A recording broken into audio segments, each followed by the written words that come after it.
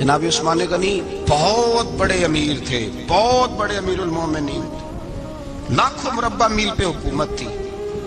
چند سو آدمیوں نے آ کے گھیر لیا عثمان غنی کے گھر کو، اور کربلا میں تو 3 دن پانی بند رہا ہے، حضرت عثمان غنی پہ 40 دن پانی بند رہا ہے، 40 دن۔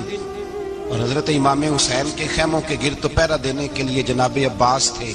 اور میں تاریخ کے سارے معتبر حوالے عرض کر سکتا ہوں کہ جب حضرت عثمان غنی کو خطرہ ہوا تو مولا علی شیر خدا نے امام حسن اور حسین کو تلواریں پکڑائیں اور فرمایا دروازے کے آگے کھڑے ہو جاؤ، کوئی بدبخت تمہارے خالو عثمان غنی کے دروازے تک جانے نہ پائے۔ اور اس دروازے سے پھر گیا بھی کوئی نہیں، اس لیے کہ وہاں حسنین کریمین کا پہرا تھا۔ جو گیا بے ایمان تو پیچھے سے چڑھ کر کے گیا۔ حضرت عثمان غنی لاکھوں مربع میل کا حکمران، جہاں جس کے پاس چند ووٹ ہوں وہ دندناتا پھرتا ہے، جس کے پاس 4 باڈی گارڈ ہوں اس کی بات وہ کرتا ہے تو ہوا میں۔ حضرت عثمان غنی کے پاس ہزاروں کی فوج ہے، چند 100 لوگوں نے آپ کے گھر کو گھیر لیا، شہید کرنا چاہتے ہیں۔ جناب عثمان غنی رضی اللہ تعالیٰ عنہ کے پاس حضرت علی رضی اللہ تعالیٰ عنہ، کئی اور لوگ گئے، کہا عثمان 3 باتیں ہیں، یا تو ہمیں اجازت دو، یا تو تم تھوڑی دیر کے لیے خلافت چھوڑ دو، حکومت چھوڑ دو، چند دنوں کے لیے کسی اور کو امیر بناؤ۔ جناب عثمان کہنے لگے مجھے تو حکومتوں سے دلچسپی نہیں، لیکن میں چھوڑ نہیں سکتا، اس لیے کہ میرے مصطفیٰ کریم علیہ السلام نے مجھے فرمایا تھا عثمان اللہ تجھے قمیض پہنائے گا، لوگ اتارنا چاہیں گے پر تم اتارنا نہ۔ فرمایا میں سمجھ گیا ہوں، اس سے مراد یہی ہے، میں نہیں چھوڑتا۔ کہا عثمان پھر اس طرح کریں، ہمیں اجازت دیں، یہ چند 100 لوگ ہیں، ہماری تلواریں چند منٹ میں فیصلہ کر دیں گی۔ جناب عثمان غنی فرمانے لگے میں نبی پاک کا شہر اپنی وجہ سے خون میں رنگ دوں، میری وجہ سے؟ نبی پاک علیہ السلام نے فرمایا تھا ایک مینڈا ہوگا، بکرا، جس کی وجہ سے میرے مدینے کی گلیوں میں خون بہے گا، میں وہ بکرا نہیں بننا چاہتا۔ فرمایا میں نہیں چاہتا میری وجہ سے خون بہے اور حضور کے مدینے میں بدامنی ہو، عثمان کی جان جاتی ہے تو جائے، پر نبی پاک کے مدینے میں شور نہیں ہونا چاہیے۔ اے پائے نظر ہوش میں آ، یہ کوہ نبی ہے، آنکھوں سے بھی چلنا یہاں بے ادبی ہے۔ تو کہا عثمان پھر اس طرح کرو، کچھ دنوں کے لیے مکے چلے جاؤ۔ میری بات کی سمجھ آ رہی؟ کچھ دنوں کے لیے مکے چلے جاؤ۔ تو جناب عثمان نے داڑھی پکڑ لی، کہنے لگے دیکھ رہے ہو ساری سفید ہو گئی ہے، میں نبی پاک کا شہر چھوڑ کے نہیں جانا چاہتا، میں رسول اللہ کے مدینے میں مرنا چاہتا ہوں، میں نہیں چھوڑوں گا حضور کا شہر۔ یہ انداز ہے جناب عثمان غنی۔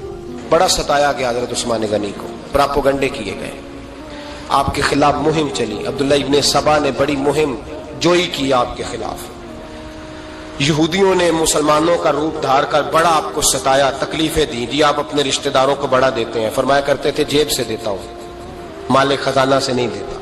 حضرت عثمان غنی رضی اللہ تعالیٰ عنہ کو بڑا ستایا گیا۔ یہ وہ واحد ہستی ہے حضرت عثمان غنی، انہوں نے شہادت قبول کر لی لیکن تلوار نہیں چلنے دی، لوگوں کو ایک دوسرے کے گلے نہیں کاٹنے دی، وہ شخصیت ہے حضرت عثمان غنی کی، لیکن بڑا ستایا گیا، بڑا پراپوگنڈا۔ مجھے بتائیے اس کے بارے میں اللہ قرآن کی آیتیں نازل کر دے، اور جس کے بارے میں مصطفیٰ کریم ایک بار نہیں تین بار جنت کی بشارت عطا کر دے، کوئی بندہ ہمیں تاریخ بتائے، حوالے دے، کہانیاں سنائے، تو ہم اس کی کہانیاں دیکھیں گے یا نبی پاک کا فرمان دیکھیں گے؟ بولیں، جا کے بولیں، جا کے۔ کسی کہانی پر کبھی بھی کان، بس ایک حدیث میں نے بڑی دفعہ سنائی ہے، پھر سناتا ہوں، ترمذی میں ہے، نبی پاک جنازگاہ تک گئے جنازہ پڑھنے، یا رسول اللہ فلاں آدمی انتقال کر گیا، جنازگاہ تک تشریف لے گئے جنازہ پڑھانے، لیکن جنازگاہ تک پہنچ کر محبوب نے فرمایا اس کا جنازہ نہیں پڑھانا۔ یا رسول اللہ کیوں؟ فرمایا اس لیے کہ یہ عثمان غنی سے بغض رکھتا تھا۔ نبی پاک سید عالم صلی اللہ تعالی علیہ وآلہ وسلم نے خود اپنی زبان مبارکہ سے ترمذی شریف میں حدیث موجود ہے کہ نبی پاک صلی اللہ علیہ وسلم احد پر گئے تو احد کانپنے لگا، تو حضور نے فرمایا احد ٹھہر جا، تیرے اوپر ایک نبی، ایک صدیق اور 2 شہید موجود ہیں۔ تو وہ 2 شہید کون تھے؟ ایک حضرت عمر فاروق، ایک حضرت عثمان غنی رضی اللہ تعالی۔ خود حضور نے فرمایا حضرت عثمان غنی کی جو نانی ہے نا، یہ نبی پاک کی سگی پھپھی ہیں۔ حضرت عثمان غنی رضی اللہ تعالیٰ عنہ کی جو نانی ہے وہ حضور کی سگی